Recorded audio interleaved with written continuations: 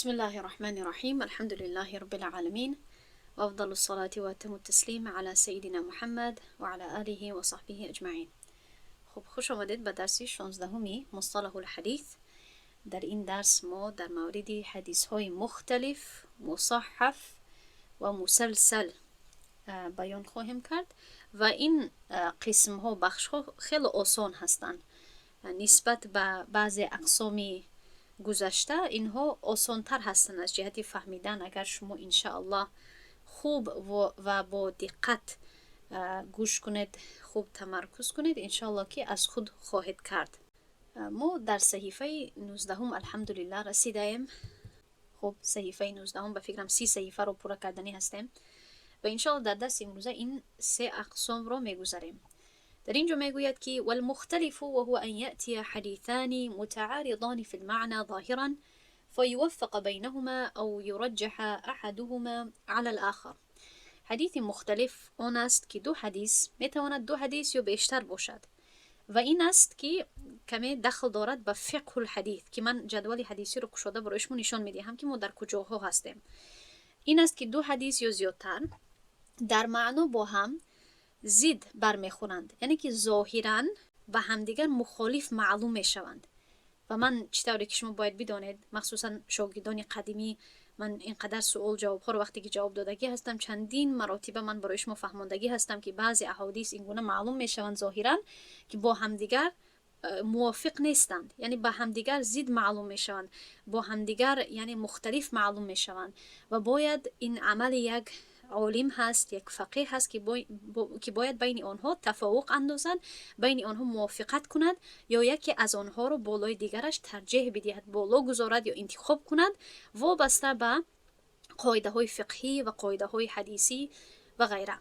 به هر حال مختلف آن دو حدیث یا بیشتری را گفته می شود که ظاهرا معنای آنها به همدیگر ضد معلوم شود.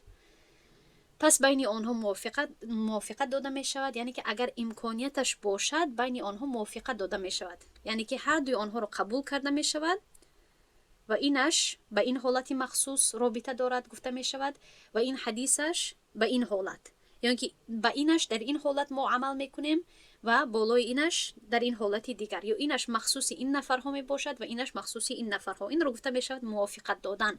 اما اگر موافقت دادن امکانیت نباشد، عموما قدم دوم این می باشد که به تاریخ نظر کرده می شود و این را نظر کرده می شود که آیا یکی از آنها منسوخ شده هست، نسخ شده هست، یعنی که در اول اسلام بعضی احکام داده می شود، پیامبر صلی الله علیه و آله بعضی احکام را، حکم ها را می دهد و بر آن حکم ها عمل کرده می شود و در آخر اسلام یا در مابین اسلام یا بعد از همان وقت یک حکم نو داده می شود که حکم اولی را نسخ می کند، منسوخ می سازد، حذف می کند گویا. با این نظر کرده می شود که آیا یکی از اینها دویومش را آیا نسخ کردگی هست، آیا بیکار ساختگی هست یا اینکه نه. اگر این از جهت تاریخ به ما چیزی معلوم نشود، سوم قدم این است که ما به قوتی هر دوی حدیث نظر میکنیم که آیا از جهت سندی و غیره یکیش بالای دیگرش زیادتر قوت دارد یا اینکه نه. اگر یکیش بالای دیگرش قوت دارتر باشد، آن رو زیادی وقت بالا گذاشته می شود، انتخاب کرده می شود و همین انتخاب کردن رو ترجیح گفته می شود اگر این کلمه رو نفهمید. خب اما این ترتیبی که من برای شما بیان کردم عموما این ترتیب محدثین هست. فقها اولا برعکس میکنن. اولا اگر بیادم باشد و در این هم اختلاف هست، تاریخ رو نظر میکنن که اول احتیاط کنن و اول انیق کنن که یکیش منسوخ شده نباشد و بعدا به قوت آنها نظر میکنن و بعدا در قدم سوم بین آنها موافقت میکنند. یعنی که این کمی به فقه الحدیث دخل دارد. اما شما در این درس ها تنها با اقسام یا اینکه از اقسام احادیث معرفی میشوید، با اقسام احادیث معرفی میشوید و از آنها آشنا میشوید. یعنی که تنها اگر آنها را خوب درک کنید، اقسام را و تعریف های این نمودها را و این قسم ها را اگر خوب از خود کنید و درک کنید، این کفایه میکند. یعنی با قدم های عملی یا با متدولوژیا یا اینکه یعنی با نتیجه های این اقسام داخل شدن حالا مناسب نیست. یعنی که چی کار کردن یا چگونه اینها رو استفاده کردن. حالا وقتی این کار نیست، تنها وقتی فهمیدن این اقسام هست. به هر حال مختلف همین رو گفته می شود، یا یکی از آنها رو بر دیگری ترجیح می دهند. اگر در اینجا اهمیت بدهید، من حالا چیزی که فهموندم، امام ابن الملقن در اینجا تنها به دو تای آنها اشاره می کند.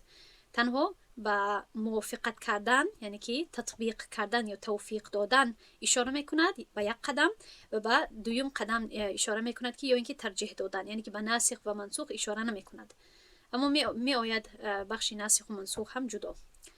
به هر حال و بعداً والمصحف و هو تغییر لفظ او معنی. مصحف آن رو تغییری لفظ یا معناست. تغییری لفظ یا معنا رو مصحف گفته می شود و در اینجا یک ایضاح هست، یک تعلیق هست، میگوید که بله با شرط مطابق کردن رسم حرف ها هم می شود و اختلاف کردن نقطه ها و املا، این گونه هم می شود، این باقی ندارد. یعنی که هدفش این است که خودی رسم حرف ها و رسم همان کلمه باید یک باشد، که من این رو میفهمم. البته به هر حال میگوید بعضا در متن رخ میدهد مصحف و بعضا در اسناد، و در این موضوع کتاب ها موجود است. در اینجا یک تعلیق هست، به یک کتاب اشاره می شود. و سوم نوع امروزه این است که والمسلسل وهو ما تتابع رجال اسناده على صفة او حالة وقال فيه الصحيح. مسلسل آن است که مردان اسناد، یعنی که راویان اسناد، اگر بگویم این عمومی تر هست چون که بعضی وقت در اسناد زنها هم می باشد.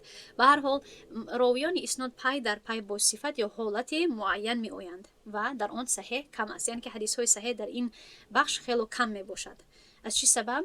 تعلیق رو ببینید، چون که تنها صفت تسلسل به نظر گرفته می شود، نه شرط های صحت. از این سبب است که حدیث هایی که صحیح نیستند در این بخش زیادتر هست. خب در اینجا نظر کنید، جدول همین مصطلح الحدیث رو یک بار نظر کنید. کمی در اینجا هم نظر کنیم که ما کدام بخش ها رو میگذاریم. اگر باید داشته باشید، ما در این بخش تمام اقسامش رو گذاشتیم. در این بخش موضوع رو گذاشتیم، متروک، منکر، معلل، مدرج رو گذاشتیم، مقلوب، مضطرب، مصحف رو میگذاریم امروز. خب شاذ رو گذاشتیم، مزید فی متصل اسانید حالا نگذاشتیم. اما قریب که این بخش رو هم تمام کردیم و این بخش ها رو هم تمام کردگی هستیم. مشهور، عزیز، غریب اگر باید داشته باشید، این با اعتباری یا وابسته به عددی طریقه های سند بود، یعنی که وابسته به عددی سند های حدیث بود.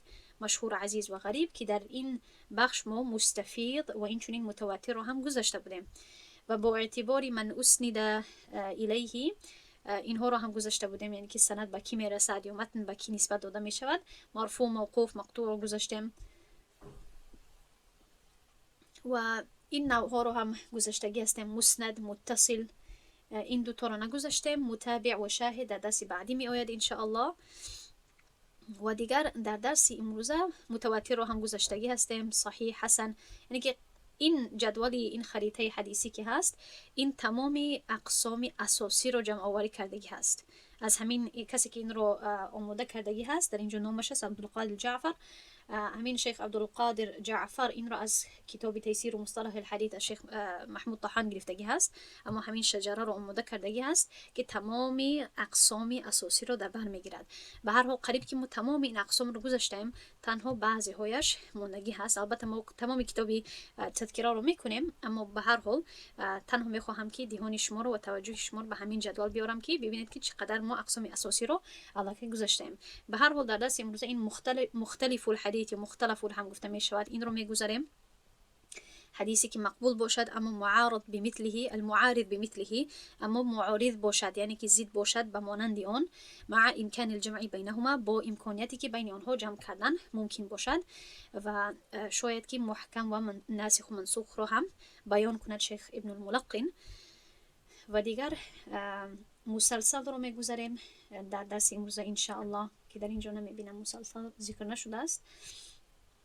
و دیگر هست مصحف که ان شاء الله این رو میگذاریم، در اینجا هست. و مختلف الحدیث رو میگذاریم. و اگر نظر کنیم مختلف الحدیث باعتبار العمل به و عدمه هست، یعنی که به نظر گرفتنی عمل کردن بالای اون حدیث یا اینکه عمل نکردن، یعنی که از جهت عمل کردن یا نکردن بالای حدیث تقسیم می شود به 3 قسم. خب و این نقطه باید به شما این رو بفهماند، این رو واضح بسازد که هر حدیث قابل عمل نیست.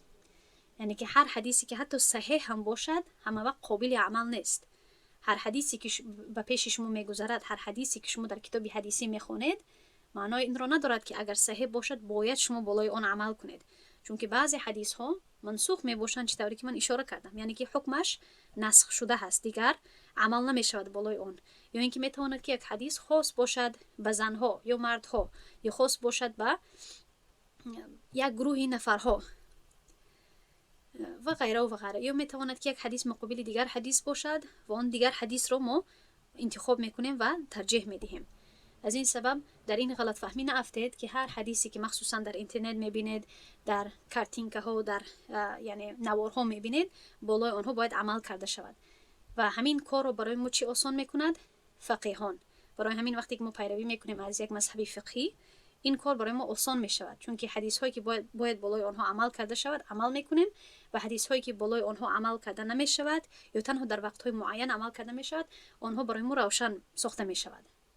خب به هر حال اکنون میگذاریم بعد تفصیلاتی درس امروزه و پی دی اف درس امروزه. آغاز میکنیم از تعریف الحديث المختلف. از تعریف حدیث مختلف. لغتا هو اسم فاعل من الاختلاف ضد الاتفاق. خب کلمه مختلف اسم فاعل هست که از ریشه اختلاف، الاختلاف می باشد که معنایش مخالفت چیزی به چیز دیگر هست. و وقتی که ما مختلف الحدیث میگوییم یعنی که حدیث های می باشد، هدف ما مراد یا مراد حدیث های می باشد که به ما رسیدن و در معنا با هم مخالفت دارند، یعنی معنایشون ضد یکدیگر می باشند. و ما همه وقت میگوییم که معنای آنها ضد همدیگر می باشند، یعنی که ظاهرا تنها، چون که اصلا اقوال پیامبر صلی الله علیه و آله و احکام شریعت با همدیگر هیچ وقت متضاد و ضد نمی باشند، چون که این بعد به معنا می شود وقتی که احکام داده شود که به همدیگر ضد باشند. یعنی که در اینجا غلط، کسی که این احکام رو میدهد گویا که خطا میکند، اما ما این تصور رو ما این گونه حتی تصور هم نمیکنیم، این گونه حتی نمیگوییم و خیال هم نمیکنیم که الله و پیامبر صلی الله علیه و سلم خطا کردند. بلکه وقتی که ما میگوییم که به هم دیگر ضد معلوم میشن، یعنی که تنها ضد معلوم میشوند، در اصل آنها ضد یکدیگر نیستند. تنها یکیش اول اومده بود در وقتی مخصوص بود و دیگرش بعداً اومده بود، یا یک تویش مخصوص زنها هست و یک تویش مثلا مخصوص مردها هست. این گونه ما بین آنها تفاوق و موافقت میدهیم. در اصل آنها ضد هم دیگر نیستند. مقصدم همین است، تنها ظاهرا ضد یکدیگر معلوم میشوند. و اصطلاحاً چه معنا دارد حدیث مختلف؟ و الحدیث المقبول المعارض بمثله مع امکان الجمع بینهما، که حالا در خریطه هم برایشون پیش کردم. مختلف الحدیث حدیث است که قابل قبول هست، خب مقبول هست، اما با حدیث دیگری مثل خود مخالف هست، مخالفت میکند، با وجود آن که امکان دارد که آنها رو با هم دیگر توفیق داد، بین آنها موافقت کرد. این رو گفته میشود حدیث مختلف. اکنون دو مثال رو نظر میکنیم که این دو حدیث به هم دیگر مخالف معلوم میشوند و چگونه علما بین آنها توفیق میدهند یا بین آنها تطبیق میدهند، بین آنها جمع میکنند. یکمش این حدیثی لا عدوى ولا طیره هست که از صحیح مسلم هست.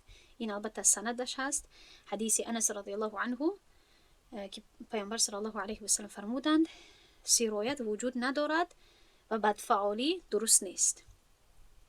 لا عدوى سرایت وجود ندارد، یعنی که بیماری از یک کس به دیگر کس نمیگذرد. این گونه چیز وجود ندارد، تنها هر کسی که بیمار میشد به خواست الله سبحانه و تعالی بیمار میشود.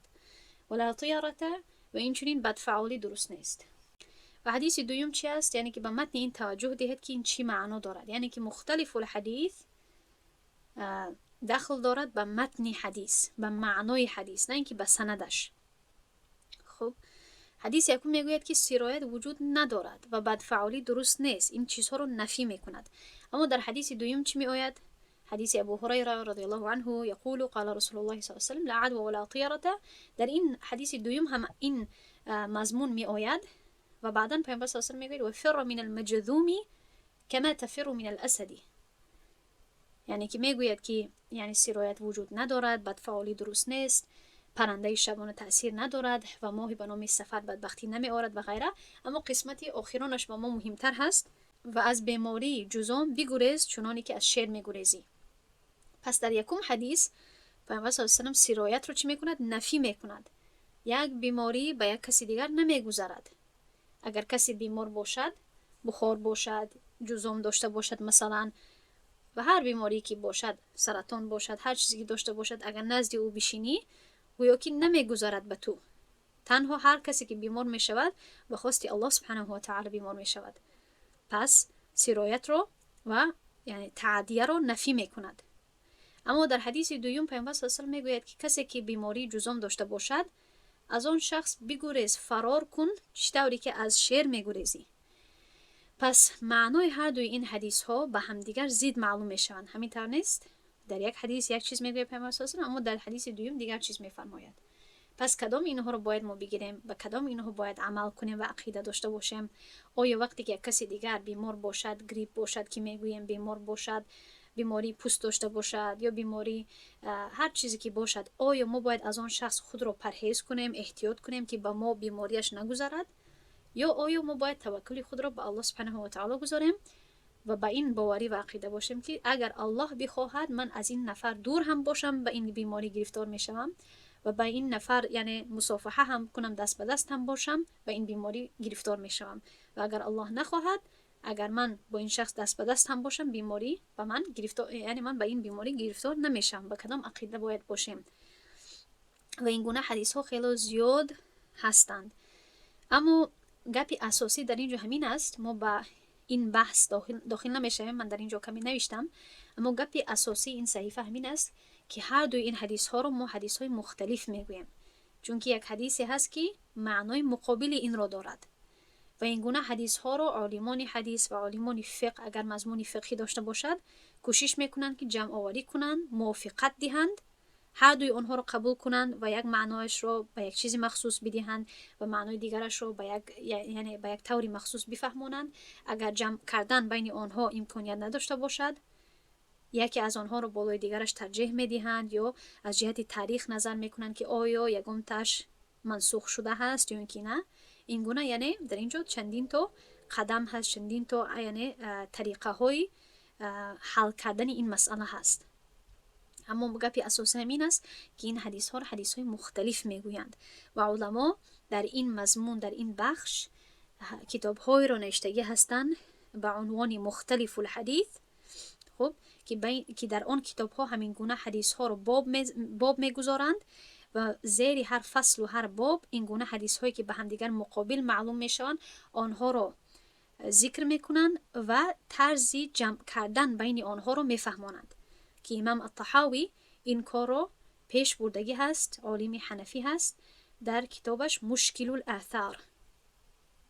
خب مشکل الاثار یعنی که اثرها یا اینکه حدیث هایی که مشکل هستند، یعنی که به هم دیگر ضد هستند و باید آنها رو فهمید. به هر حال این دو حدیث صحیح به نظر مخالف می نمایند. این دو حدیث صحیح هستند. ببینید یکمش در مسلم، دویمش در البخاری هست. اگر یک کسی مسلم رو، صحیح مسلم رو شاید این حدیث رو بخواند، به چی عقیده شاید بیافتد؟ که لا عدو ولا طیره. پیامبر صلی الله علیه و آله فرموده است که هیچ سرایت وجود ندارد. من با هر کسی که خواهم میشینم، میخورم و پروا این رو نمیکنم که بیماری به من تأثیر میکند. اما این شخص متاسفانه تنها از ظاهری حدیث گرفته، شاید از حدیث دوم با خبر نباشد. برای همین است که شاگردان عزیز احتیاط کنید، از ظاهری هر حدیث حکم استخراج نکنید و فکر نکنید که شما یک حدیث رو وقتی که میخوانید و این گونه معلوم میشود که به خلاف فتوای مذهب میباشد، یعنی که مذهب این حدیث رو رد کرده است یا این حدیث رو نمیداند، یا امام ابو حنیفه نمیدونست این حدیث رو، که مردم خیلی این عقیده و این یعنی فهمیش رو زیاد یعنی تشویق میدهند و پیش میکنند به مردم، که این نادرست است. بعضی وقت بعضی حدیث ها گرفته نمیشود از بعضی سبب های مهم و مانندی همین ناسخ منسوخ بودن یا معمول بهی بودن و غیر معمول بهی بودن، یعنی که بعضی حدیث ها بالای آنها عمل می شود، بعضی حدیث ها بالای آنها عمل نمی شود، بعضی حدیث ها از جهت قوت سندی قبول نمی شوند و بعضی حدیث ها حتی صحیح هم می باشند اما باز هم برای عمل کردن گرفته نمی شوند و بالای آنها یا یک آیت دیگر ترجیح داده می شود، انتخاب کرده می شود، یا یک حدیث دیگر انتخاب کرده می شود. خب برای همین است که ما باید احکام دینی خود را از حدیث های یعنی مستقلانه و علاهیده از حدیث ها نگیریم و از آیات های قرآنی علاهیده کرده نگیریم. فهمیش ما برای درست خارج کردن احکام از منبع های اساسی قاصر هست، یعنی که نمیتواند فهمیش های ما درست درک کرده و درست خارج کردن احکام رو نمیتواند. باید که ما برگردیم و بپرسیم از یک مجتهد، از یک عالم که این کار الکی به ما بود شدگی هست با طریقی یعنی عالمان فقها. به هر حال باز هم این حدیث ها رو توفیق میدهند یا اینکه تطبیق میدهند. بعضی علما چگونه میفهمونند؟ میگویند که زیرا حدیث اول، یعنی اول میفهمونند که چگونه به هم دیگر مخالف هستند، زیرا حدیث اول سرایت رو انکار میکند، در حالی که حدیث دوم به وجود داشتن آن اشاره مینماید، چون که وفر من المجذومی، یعنی که از کسی که بیماری جذام دارد بگریز.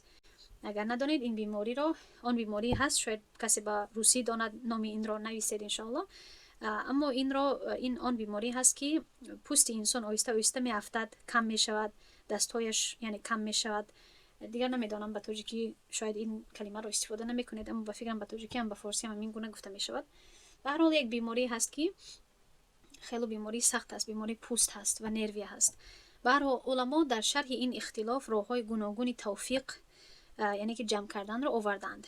یعنی که در اینجا چندین تا اقوال هست. بعضی علما با یک طریقه این رو میفهمانند، بعضی دیگر علما با یک طریقه دیگر میفهمانند که معنای این و هدف این حدیث این است که بله در حقیقت سرایت وجود ندارد، اما پیامبر صلی الله علیه و سلم به ما درس میدهند که باز هم شما باید احتیاط خود را بکنید و باید از بیماری ها خود را نجات بدهید، از هلاک شدن خود را نجات بدهید، یا اینکه از این سبب شما باید از بیماری ها خود را دور کنید که اگر در بیماری گرفته شوید در این عقیده نادرست نافتید که از سبب همان انسان شما بیمار شدید، بلکه عقیده شما و یعنی فهمیش شما باید این گونه باشد که اگر بیمار شوید از سبب این انسان شما بیمار نشدید، از سبب نزدیک شدن به این شخص بیمار نشدید، بلکه به خواست الله سبحانه و تعالی بیمار شدید. یعنی بعضی علما این گونه میفهمانند این حدیث ها رو.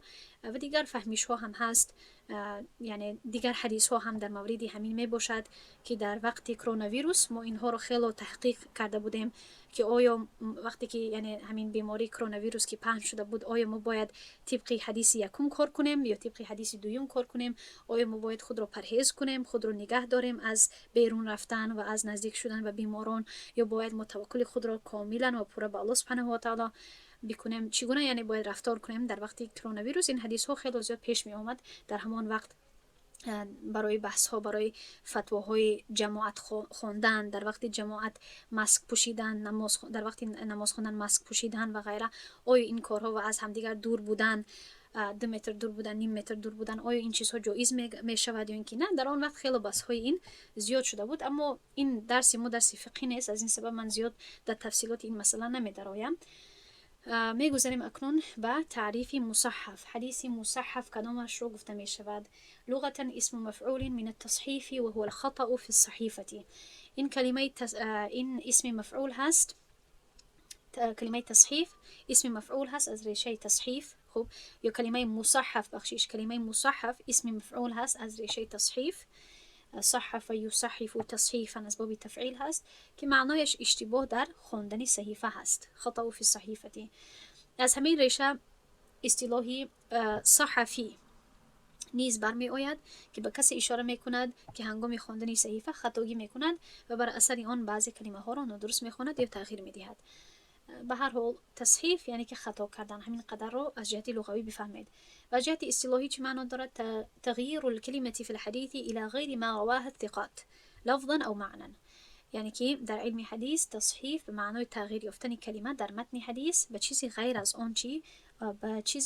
آن چیزی که راویانی با اعتماد روایت کردن استفاده می شود. این تغییر می تواند هم در لفظ و هم در معنا رخ دهد.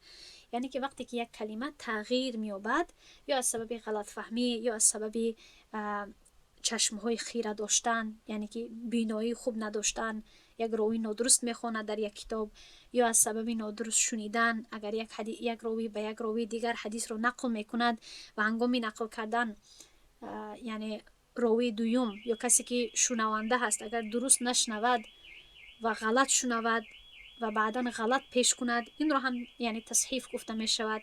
و حدیثی که این گونه غلطی ها رو داشته باشد حدیثی مصحف گفته می شود یا متن مصحف گفته می شود. خب اکنون بعضی مثال ها رو نظر میکنیم. البته بعضی علما با مانند شیخ محمود طحان در کتابش خیلی زیاد اقسام ذکر میکند و زیر اقسام ذکر میکند، یعنی همین بخش مصحف رو با چندین قسم ها و زیر قسم ها تقسیم میکند که راستش تمام این اقسام یعنی ضروری نیست، چون که این اقسام اشاره میکند که میتواند که تصحیح به چندین نمود یعنی رخ دهد یا از چندین سبب ها رخ دهد و اینها رو ضروری نیست که ما با چندین اقسام تقسیم کنیم. من همین خیلی برای شما بعضی مثال ها در اینجا نوشتم و انشالله برای شما میفهمونم، اما همین قدر بدانید که مثلا همین علمایی که تقسیم میکنن آنها مثلا میگویند که تصحیف یا مصحف میتواند که در سند شود، یعنی که در نام یک راوی رخ دهد، یا میتواند که در متن شود. این شد دو قسم وابسته به کجا شدنش. و بعدا میگوید که وابسته به مثلا از چی سبب شدن است، وابسته به از کدام سبب شدنش هم میتواند که به چندین زیر قسم ها تقسیم شود.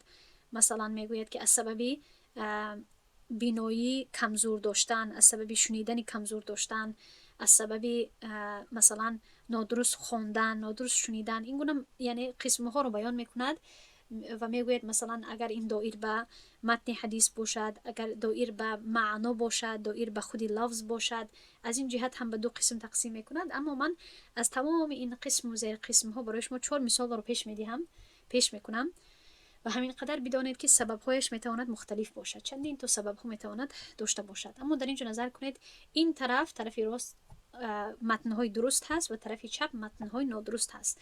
مثلا اگر در سند به وقوع بیاید رخ دهد مصحف، مثلا یک راوی العوام ابن مراجم را نخست چی می نویسد و چی روایت می کند؟ میگوید العوام ابن مزاحم، یعنی که نامی پدر این راوی اصلا مراجم بود، اما این را نخست یعنی فرق نمی کند که سببش چیست، نادرست شنیده است، نادرست خوانده است، یعنی نمیدانست، یا در یک کتابی دیده باشد که نخست در همان کتاب سیاهی یک نقطه اضافگی را مانده باشد و نقطه ح یا نقطه جیم حذف شده باشد. فرق نمی کند که سببش چیست، اما یک راوی همین گونه اشتباهاً این نام را به این نام عوض می کند، به جایی که العوام ابن مراجم بگوید العوام ابن مزاحم میگوید. این یک مثالی تصحیف هست در سند، در نام یک راوی. خب اینش درست هست و اینش نادرست. در متن حدیث مثلا یک حدیثی هست که ان نبی صلی الله علیه و سلم احتجر فی المسجد، یعنی که پیامبر صلی الله علیه و سلم در مسجد یک اتاق ساخت، یک خانه خرد آماده کرد که در آنجا نماز میخواند. احتجر، عموما احتجر برای حجره هست. خب یک حجره خیلی خرد ساخت، اما این کلمه نخست تصحیف شد، یعنی که غلط روایت شد. میتواند که از یک راوی باشد، از یک شاگرد یک شیخ باشد، فرق نمی کند سببش چیست، نادرست شنیدن، نادرست دیدن. اما به جایی که احتجر بگوید، این را هنگام روایت کردنش احتجمه میگوید. ببینید که کلمه خودش یک کلمه هست، یعنی که خیلی به هم دیگر مانند هستند. حتی را هم به میم مانند هست. حسن خط وقتی که این زمانه ما هست که حسن خط عربی خیلی روشن هست و هر یک حرف از همدیگر فرق میکند، اما در عصرهای اول حرفها به همدیگر مانند هم بودند، چون که آنها حتی بعضی وقت به نقطه هم می نویستند، تنها شکلی همین کلمه ها یک بود. پس به جایی که احتجر فی المسجد بگوید، روایت کند چی گفت؟ احتجم فی المسجد، که این معنا را از یک اتاق خرد ساختن، از یک حجره ساختن به حجامه کردن تبدیل میکند، که این شکلی نادرستش است. پس چی می شود؟ بعضی ها با سندشون این شکلی نادرست رو روایت میکنن و بعضی دیگر شاگردانی همون شیخ حدیث رو به طرز درستش روایت میکنن و بعدا البته در یک وقت یک محدث، یک عالم حدیث این رو میفهمد و این رو بیان میکند و البته همون سندی که احتجامه دارد آن رو همه وقت درست میکنند یا میفهمانند که این اصلا احتجامه نیست، احتجاره هست، چون که یک سند دیگر داریم از همون شیخ و اصلا این احتجاره هست. این گونه یعنی فهمیده می شود. و یک مثال دیگر، من صام رمضان و اتبعه 6 من شوال، که پیامبر صلی الله علیه و آله فرموده است که کسی که پور ماه رمضان را روزه بگیرد و پس از ماه رمضان از ماه شوال 6 روز روزه بگیرد، یعنی که پس از رمضان 6 روز دیگر رو در ماه شوال اضافه کند، این گونه یک حدیث هست. و یک کسی یک راوی این را نادرست روایت میکند با این متنی که من صام رمضان و اتبعه شیئا من شوال. دیدید که چطور 6 و شیئا به هم دیگر مانند هست. اگر نقطه ها و البته زبر زیر ندارند، عموما زبان عربی به حرکت نوشته میشه، به فتح کسره. برای همین اگر و حتی بعضی وقت چطوری که گفتم نقطه ها رو هم نمی نویسند. برای همین اگر نقطه های تا رو اگر شما بگیرید، نقطه های شین رو هم و یا رو هم حذف کنید، شین به مانند سین معلوم می شود و هر دو این کلمات با هم دیگر مشابهت می کنند. برای همین معنای این حدیث به چی می شود؟ کسی که رمضان رو روزه بگیرد و پس از آن یک چیز از شوال روزه بگیرد. یک چیز یعنی که یک شی، یعنی که یک چند روزی رو، یک چیزی به معنای یک چند روزی رو از شوال روزه بگیرد. پس 6 روز تبدیل شد به یک چند روزه. دیدید که چقدر معنا مختلف شد و در اینجا تصحیف شد. و اخیراً این مثالش، این مثالی که میدیم، این مثالی چی هست؟ مثالی تصحیف در معنا هست. یعنی که در یک کلمه مخصوص غلط فهمی نمی شود، بلکه در فهمیدنی این حدیث غلط فهمی می شود به یکی از راویان. ان نبی صلی الله علیه و سلم صلی الی عنزه، که پیامبر صلی الله علیه و سلم به طرف عنزه نماز خواند. عنزه چی را گفته می شود؟ عنزه یعنی که یک چوب، یک چوبی رو در پیش خود در زمین گذاشت، مستحکم کرد و به طرف همان چوب نماز خواند. خب همچون یک ستره استفاده کرد. یعنی خب معنای این حدیث این گونه هست. اما یک راوی به معنای یک راوی به نام ابو موسی العنزی که از قبیله عنزه بود، گمان کرد که پیامبر صلی الله علیه و سلم به طرف قبیله عنزه نماز خواند و برای همین در غلط فهمی افتید، حتی که خودش هم عرب بود. اما ببینید هر کلمه عربی به هر کس یعنی فهمو نمی باشد. حتی عرب ها هم بعضی وقت خطا میکنند در فهمیشی زبان خود. به هر حال در این غلط فهمی افتاده. چی میگوید؟ نحن قوم لنا شرف، ما یک قبیله مشرف هستیم. نحن من عنزه، ما از عنزه هستیم. صلی الینا رسول الله صلی الله علیه و سلم، چون که میگوید پیامبر صلی الله علیه و سلم به طرف ما نماز خوانده. و بعدا این غلط فهمی این راوی را محدثین بیان میکنن و روشن میکنن که نه، پیامبر صلی الله علیه و سلم به طرف هیچ قبیله به نام عنزه نماز نخواند، بلکه عنزه یک کلمه عربی هست که به یک عصا اشاره میکند، یک چوب اشاره میکند. یعنی پیامبر صلی الله علیه و سلم در پیش خود به مانند یک چوبی را، یک عصای را در زمین روز کرد تا اینکه به طرفش نماز خواند، همچون یک ستره، نه اینکه به طرف قبیله عنزه. این را گفته میشد مصحف، یعنی تصحیف در معنا، معنای عنزه را نادرست فهمید. خب به هر حال یک گپی اخیران این است که امام ابن حجر الاسقلانی در کتابش تصحیف رو یا مصحف رو به دو قسم تقسیم میکند، مصحف و محرف. خب این باید المصحف و محرف باشد سر لوحش، المصحف و المحرف، و بین اینها باز دقیق تر فرق میکند. میگوید که المصحف وهو ما كان التغيير فيه بالنسبة إلى نقط الحروف مع بقاء صورة الخط. که مصحف آن است که تغییری یا تغییر در نقطه های حرف ها رخ میدهد در حالی که شکل خط کلمه به تغییر باقی میماند. و بعداً یعنی که تنها تغییری در نقطه های حرف ها رخ میدهد. اما اگر در نقطه ها نباشد، در شکل حرف ها باشد، چی می شود؟ میگوید که محرف وهو ما كان التغيير فيه بالنسبة إلى شكل الحروف مع بقاء صورة الخط. میگوید که وقتی که تغییری در شکل حرف ها صورت بگیرد یا حتی بگیم در تلفظ حرف ها و در تلفظ همان کلمه رخ بدهد، آن را ما محرف میگوییم، با شرطی که همان شکل خطی و ساختار عمومی کلمه به تغییر باقی ماند. در اینجا بعضی مثال ها هست سلام و سلام. بعضی راویان نامشون سلام بود و بعضی راویان نامشون سلام بود. پس در اینجا ببینید تغییری در شکل حرف ها هست. یکیش با شده هست، یکیش بی شده. یعنی که اینگونه تصور کنید که این تشکیل در اینجا نیست. شکل الحروف به تشکیل اشاره میکند، یعنی که به حرکت هم یعنی اشاره میکند. اما اینها رو تصور کنید که به حرکت شما میبینید. به حرکت ببینید، میبینید که چقدر در غلط فهمی افتیدن یعنی ممکن است. سلام سلام. اگر این تشکیل رو یک طرف کنیم، هر دویش در ساختار کلمه یک خیل معلوم میشود. پس این رو خطای محرف گفته میشود. مسور مصور، این رو هم المحرف گفته میشود. در ساختار کلمه یک هست اما در تشکیل دیگر هستند. اما این دایر به نقطه ها نیست. اما در این آخرش الثوری و التوزی چی شد؟ تغییری در نقطه ها هست. یکمش تا هست، دویمش تا هست. اما اگر این نقطه ها رو و این حرکت ها رو اگر یک طرف کنید، در ساختار کلمه یک هستند. ببینید ز و را یک هست، یا تا و تا یک خل هستند، و یک خل هست. فهمیدید؟ اما بعضی ها این غلطی رو کردین و این رو مصحف گفته می شود. خب و اکنون می گذاریم به تعریف الحدیث المسلسل. اینش خیلی یک تعریفی یا یک بخشی جالب هست. لغتا اسم مفعول من السلسله و هي اتصال الشيء بالشيء.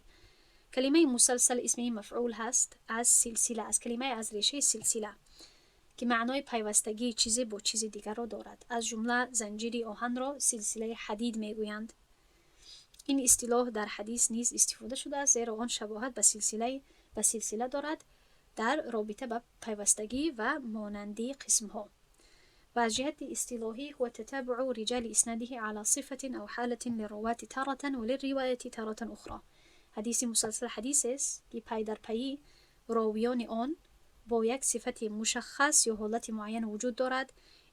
این پی در پی میتواند با خصوصیت های راویان دخل داشته باشد یا به طرز روایت و وسیله های نقل آن علاقمند باشد.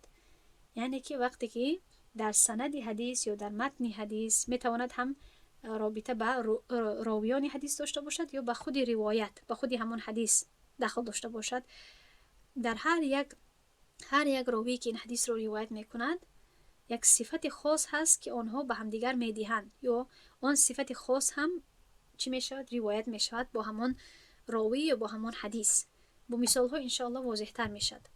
نظر کنید در اینجا المسلسل به احوال روایت القولیه، یعنی که در اینجا هم بعضی علما خیلی زیاد زیر قسم ها میدهند، اما ضروری نیست اینقدر زیاد زیر قسم ها دادن و اینقدر زیاد تقسیم کردن، چون که میتواند این سببی سردرگمی شود. اما همین قدر من برای شما 3 مثال رو در اینجا پیش کردم. بدانید که میتواند تسلسل در هر یک چیزی که فکر کردم میتواند در هر یک چیز شود. میتواند در قول شود، میتواند در صفتی که دایر بر راوی باشد شود، میتواند در متن حدیث باشد. و هر حال مثال ها رو نظر کنید خواهید فهمید.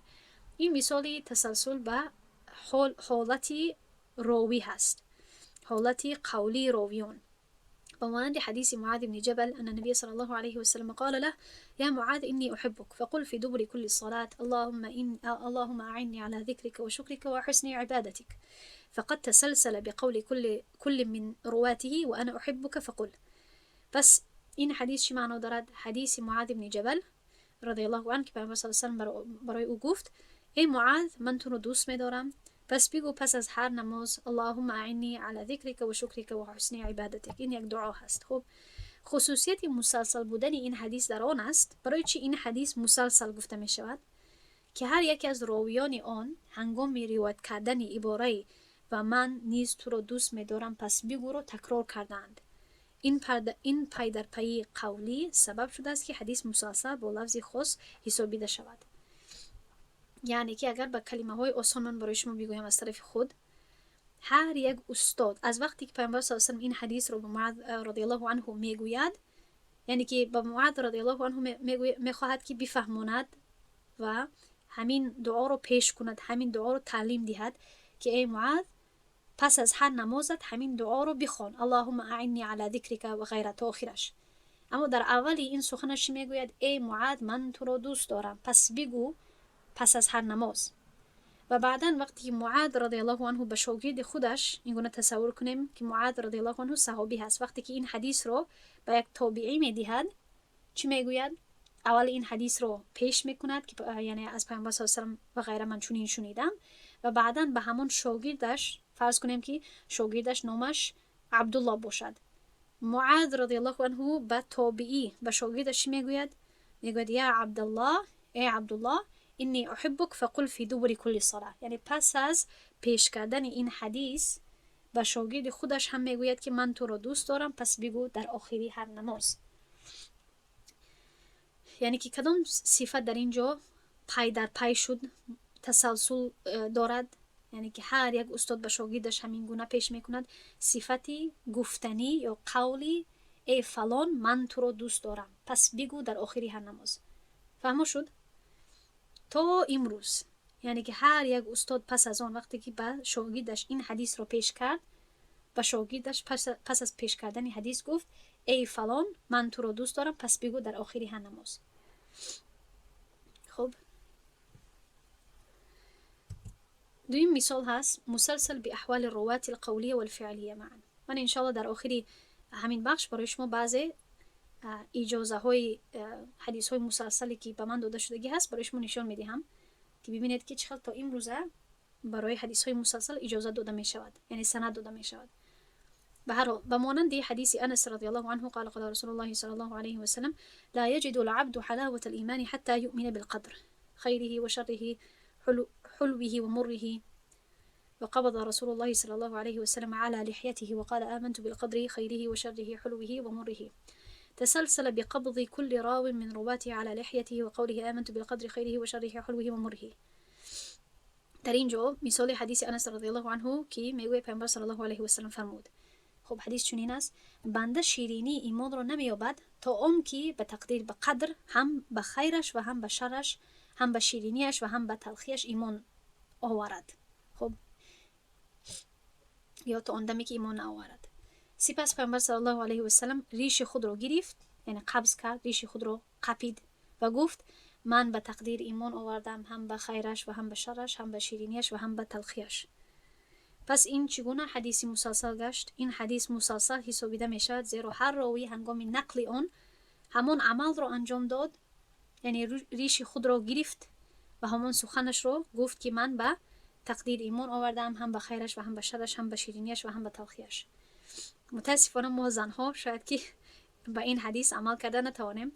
ما یک استادم که وقتی که ما در یک کتاب مسلسلات را میگذاشتیم با ما گفت که زنها گرچند که یعنی ریش ندارن اما میتوانند که همین معنای خود را قپند اگر این گونه تسلسل را خواهند که به دست بیاورند. معنای خود را همین با مانند ریش میتوانند بقپند. به هر حال این چی شد؟ یعنی که هر یک استاد وقتی که این حدیث را به شاگردش میداد پس از بیان کردن حدیث چی میکرد؟ ریش خود را میقپید، قبض میکرد و همین سخن پیامبر صلی الله علیه و آله را تکرار میکرد تا اینکه نه فقط حدیث نقل کرده شود بلکه همون عملی که پیامبر صلی الله علیه و آله کرد همون هم یعنی عملا یک سند داشته باشد. فهمیدین؟ یعنی که هر یک استاد، هر یک راوی وقتی که به شاگردش پیش میکرد پس از روایت کردن حدیث ریش خود را میگرفت و میگفت که آمنت بالقدر خیره و شره حلوه و مره. این مثال دوم هست. و مثال آخران این یک مثال نیست، تنها بعضی اقسام دیگر رو در اینجا پیش میکنم که المسلسل بصفات روات الفعلیه، یعنی که حدیث های هست که میتوانند با صفات های فعلی راویان تسلسل داشته باشند یا پی در پی داشته باشند، مثل موافقت در نام های راویان حدیث که المسلسل بالمحمدین. یعنی که اگر هر یک استاد، هر یک راوی وقتی که حدیث رو پیش میکنه به یک راوی دیگر، اگر هر یک راوی اگر نامش محمد باشد این حدیث چی شد؟ سندش یعنی محمد فلانی از محمد فلانی از محمد فلانی این گونه که شود این حدیث سندش دارای تسلسل شد با نام محمدین، با نام محمد که این گونه یک حدیث هست. به فکرم که 9 راوی هست که نامهایشون محمد هست، ان محمد همین گونه یک حدیث وجود دارد با همین گونه یک سند. یعنی که تنها کسانی که نامشون محمد هست این تسلسل رو گرفته میتوانند. یا موافقت داشته باشند در صفت ها، مثلا صفتی فقیه بودن یا حافظ بودن رو اگر داشته باشند مانند مسلسل با فقیهان یا حافظان، یعنی که یک فقیه با یک فقیه دیگر حدیث رو پیش میکند آن فقیه به یک فقیه دیگر و یک فقیه دیگر. این حدیث رو فرق نمیکنه چی حدیث باشد و حدیث در موردی چی باشد. مهم همین است که هر یک راوی همون حدیث چی باشد؟ فقیه باشد و شاگردش هم فقیه باشد. اگر حافظ باشند، چی حافظی حدیث باشد چی حافظی قرآن باشد، این صفات رو پورا میکنند. یا اینکه او اتفاقی نسبتهم، یا اینکه نسبت های آنها به هم دیگر موافقت کند. مثلا دمشقی باشند یا مصری باشند، فلان المصری، فلان از فلان المصری، از فلان المصری، این گونه باشد. این را تسلسلی راویان با نسبت آنها گفته می شود. یا می تواند که مسلسل به زمانه روایت باشد، مثل حدیثی که مسلسل باشد به روایت شدنش در روز عید، چون که همان قول پیامبر صلی الله علیه و آله که در روز عید گفت، همان را صحابه رضی الله عنهم در روز عید به شاگردانشان داد و شاگردانشان به شاگردانشان در روز عید داد. و همین خیلی یک حدیثی وجود دارد که به نام مسلسل به روز عید هست، که تنها در روز عید، نه اینکه تنها، اما تسلسلش به روز عید هست. البته در غیر از عید هم خوانده می شود، درس داده می شود، اما مخصوصا در روزهای عید ما مجلسی روایت حدیث می داشته باشیم و همون حدیث مسلسل به یوم عید را یعنی استاد به مجلس حدیث پیش می کند. خب این شد مثال های حدیث مسلسل. البته در اینجا بحث زیادتر هست که فایده مسلسل چیست و این گونه یعنی بحث های خردتر هست، اما اونقدر ثمره ندارن. یعنی که فایده حدیث مسلسل همین قدر هست که به شنونده اشاره کند که این راوی اینقدر با اعتماد هست که نه فقط حدیث رو مکمل از یاد کردگی است، بلکه آن عملی که پیامبر صلی الله علیه و پیش یا پس از حدیث کرد آن را هم به یاد دارد و آن را هم اجرا کرد. و البته حدیث های مسلسل هم میتوانند که صحیح باشند و هم میتوانند که غیر صحیح باشند، یعنی که از جهت قوت میتوانند که کمزورتر باشند، یعنی که ضعیفتر باشند. و اکثر حدیث های مسلسل، یعنی اینهایی که من پیش کردم، این دو تایی که من پیش کردم، البته اینها قوت دار هستند، از خود پیامبر صلی الله علیه و آله اینها روایت میشوند. اما بعضی دیگر یعنی حدیث های مسلسل هست که در قوت خیلی کم هستند. و اگر فکر کنید هر گونه مسلسلات وجود دارد، هر گونه میتواند انسان میتواند که هر چیز رو، هر یک صفت رو به نظر گرفته یک حدیث مسلسل داشته باشد. و حدیث های مسلسل بعضی وقت برمیگردن به پیامبر صلی الله علیه و آله، بعضی وقت حتی به پیامبر صلی الله علیه و آله برنمیگردن و از یک صحابی یا از یک تابعی یعنی آغاز یافتگی هست که فلان تابعی چنین گفت و چنین عمل رو کرد و همون عمل بعد تسلسل یافت. خب امیدوارم که خوب درک کرده باشید. اکنون من برای شما یک 5 دقیقه یا 2-3 دقیقه بعضی مثال های یا بعضی یعنی اجازه های مسلسل رو برای شما نشان میدهم. و در این زمان البته برای چی مجلس های یعنی حدیث های مسلسل پیش کرده میشه؟ تنها برای تبرک، یعنی برای برکت گرفتن و تنها برای همین بخش رو و همین عمل رو فهمیدن، اونقدر برای سند و برای تصحیح و تضعیف، یعنی که برای سند حدیث رو پیش کردن نمیشه، چون که حدیث ها البته در کتاب های حدیث جمع آوری شده گهن. و من هم در روز عید یعنی که تسلسل به یوم عید رو دارم، تسلسل یوم عاشورا رو دارم، یعنی چندین تا دیگر تسلسلات رو دارم، خرما و آب رو هم دارم.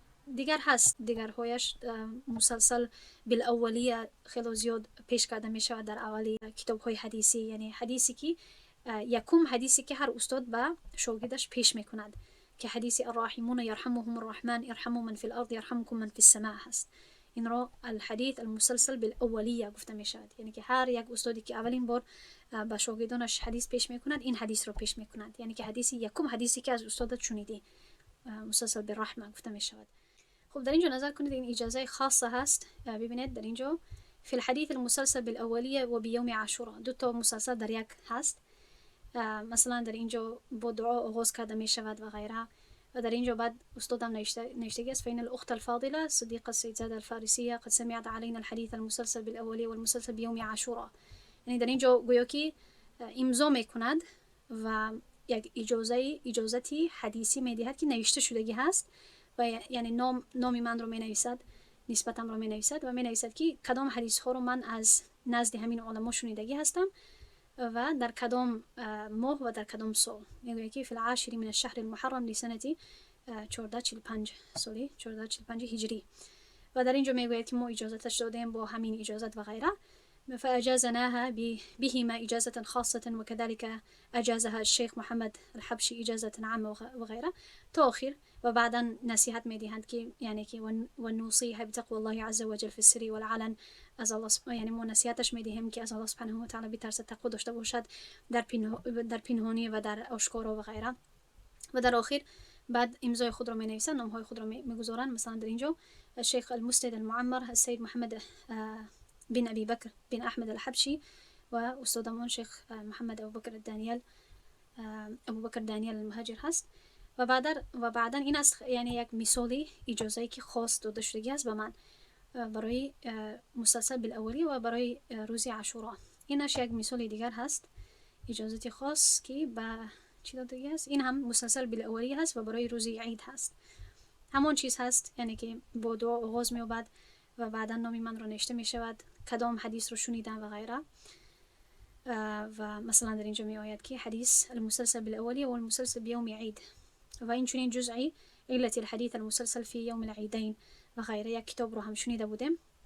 و در آخر در اینجا البته تاریخی همین رو، تاریخ شنیدن همین حدیث رو هم نوشته می شود، یوم الاربعاء یکم شوال که موافق بود به 10 اپریل 2024 و غیره. و در اینجا هم اینجا گذاشته می شود. و مثلا همین حدیثی که مسلسل هست به روز عید و پورا یعنی سند همین حدیث هم در اینجا پیش کرده می شود. این رو هم به ما می دهند. مثلا در اینجا شیخمون ابوبکر دانیال هست، پورا سندش در اینجا ذکر، یعنی پورا سندش رو در اینجا می نویسد. و از دیگر شیوخ‌ها هم شنیدیم، مثلا از شیخ المسند محمد بن ابی بکر الحبشی سندش رو دارد تا یعنی از کجا شنید، از کی شنید همین حدیثی که در روز عید روایت کرده می شود، از کدام شیخ‌هایش کیست، یعنی استادانش کیست، سندش پیش کرده می شود. و بعدا سندی شیخ عبدالوحید المدنی، این رو من یعنی از نزدیک دیدگی هستم، یعنی سندش در اینجا نوشته می شود، استادانش و غیره. و این چنین شیخ زکریا الحلبی المکی و خود استادمون. و بعدا پورا یعنی سند پیش کرده می شود، سندی همه آنها تا پیامبر صلی الله علیه و سلم. البته چون که ما خیلی پس از عصرهای طولانی می آییم، سندی آنها خیلی دراز هست. می گوید مثلا در اینجا بین الصلاة والخطبه بالمسجد الحرام و غیره، تمام معلومات نوشته می شود تا صحابی.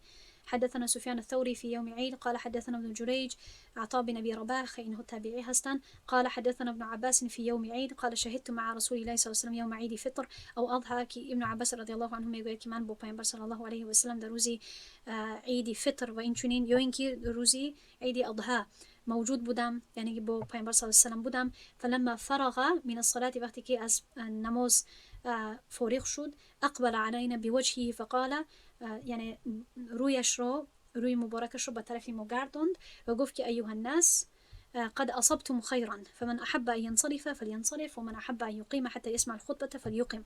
که ای مردم، شما یعنی خیلی زیاد را به دست آوردید. کسی که اکنون خواهد، یعنی که پس از خواندن نماز، یعنی که خیر به دست آوردید از سبب خواندن نماز عید، کسی که اکنون خواهد که رود میتواند رود، کسی که خواهد که ایستد تا اینکه خطبه رو شنود میتواند که ایستد. یعنی که این است حدیثی که در روز عید پیش کرده می شود. هر روز عید، هم روز عید فطر باشد چه روز عید اضحی باشد، همین گفتنی پیامبر صلی الله علیه و سلم را ایها الناس قد اصبتم خیرا همین پیش کرده می شود. و این گونه یعنی سند دارد از جهت تسلسلش که اینقدر ببینید بین من و بین پیامبر صلی الله علیه و سلم خیلی زیاد نفرها هست، اما این را گفته می شود تسلسل بیوم عید. إن شاء الله در همین جا درسی ما به پایان میرسد. سبحان الله و بحمده، سبحانك اللهم و بحمدك، نشهد ان لا اله الا انت، نستغفرك و نتوب الیک. السلام علیکم و رحمت الله و برکاته.